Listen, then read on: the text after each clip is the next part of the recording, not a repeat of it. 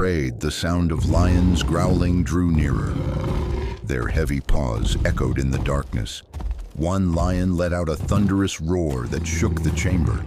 Another prowled around Daniel, circling him with low, rumbling growls. But behold, God sent his angel and the lions were stopped. The beasts lay down quietly beside him, their jaws closed, their fury stilled. Through the long night, Daniel was safe under the hand of God. At the first light of morning, the king rose in haste, unable to wait another moment. With a heart pounding in fear and hope, he hurried to the lion's den. When he reached the stone, he cried out with a trembling voice, "Daniel, servant of the living God, has your God, whom you serve continually, been able to deliver you from the lions?" And from within the darkness came Daniel's voice, strong and unshaken, "O king, live forever. My God sent his angel and shut the lions' mouths. They have not harmed me because I was found innocent before him, and I have done you no wrong, O king."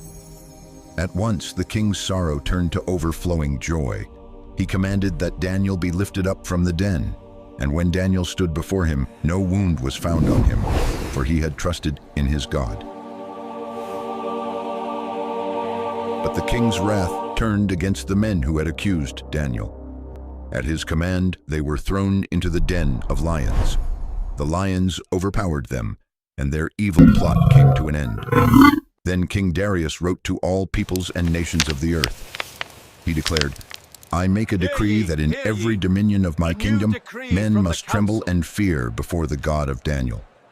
For he is the living God, steadfast forever, and his kingdom shall never be destroyed."